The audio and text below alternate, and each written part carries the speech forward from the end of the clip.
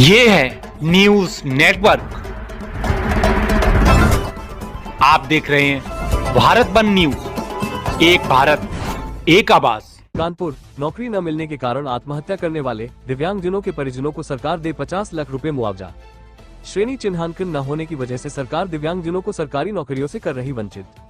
दिव्यांगों ने आत्महत्या किया तो सरकार होगी जिम्मेदार।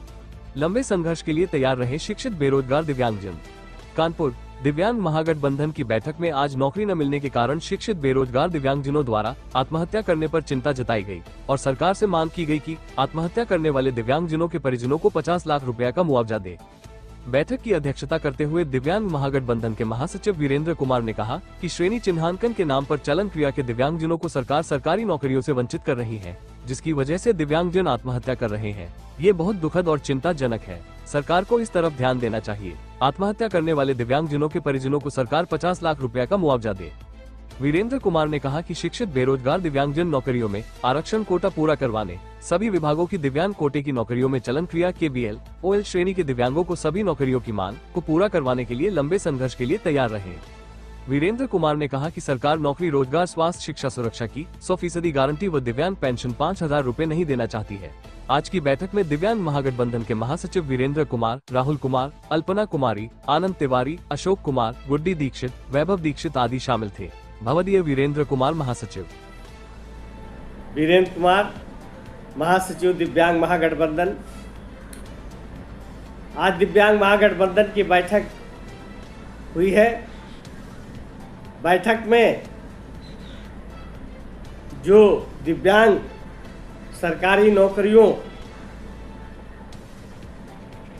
से वंचित हो गए हैं, चयन होने के बाद भी, डॉक्यूमेंट वेरिफिकेशन होने के बाद भी, प्री और मेंस एग्जाम देने के बाद भी उनको जब नौकरी नहीं मिल रही है तो आत्महत्या कर रहे हैं। हमारा सरकार से सवाल है कि हमें ये बताया जाए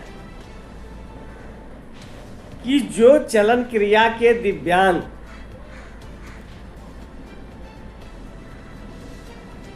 लेखपाल भर्ती में या मुख्य सेविका भर्ती में आवेदन किए थे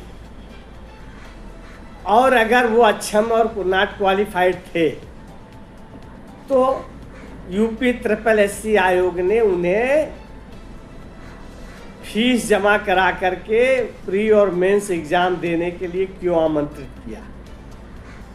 सवाल है मेरा। दूसरा, लेखपाल अभ्यर्थियों को आपने डॉक्यूमेंट वेरिफिकेशन कराने के बाद कह दिया कि आप अक्षम हैं। क्या ये नियम सही है कि आप चयन की पूरी प्रक्रिया करवा लीजिए और उसके बाद आप कह दीजिए आप अक्षम है, आपको नहीं लिया जाएगा? और अक्षम क्यों है?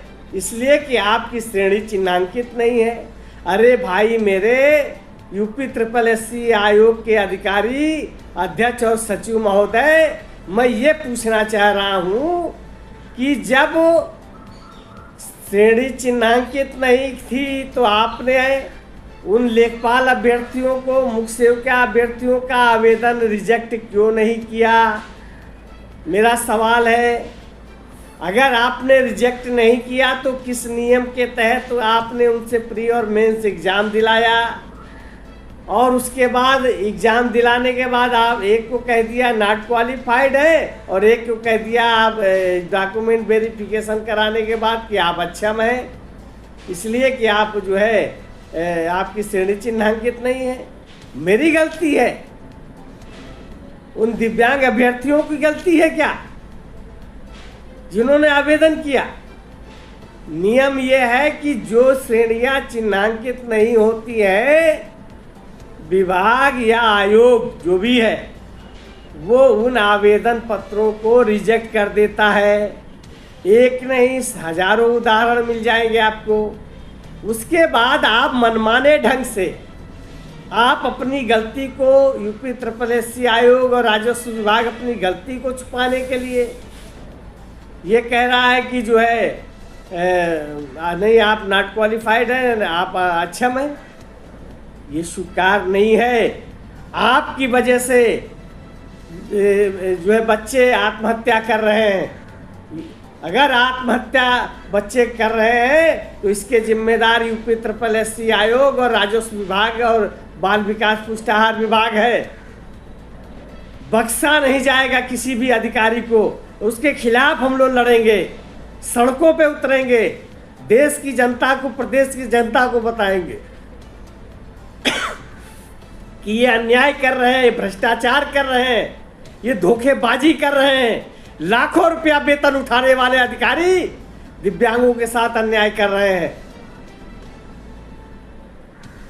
हमने तय किया है कि सरकार से मांग की जाएगी कि जो आत्महत्या कर चुके हैं हमारे दिव्यांग अभ्यर्थी, उनके परिवार को 50 लाख रुपया सरकार दे मुआवजा के रूप में, और आत्महत्या करने की प्रवृत्ति को रोके।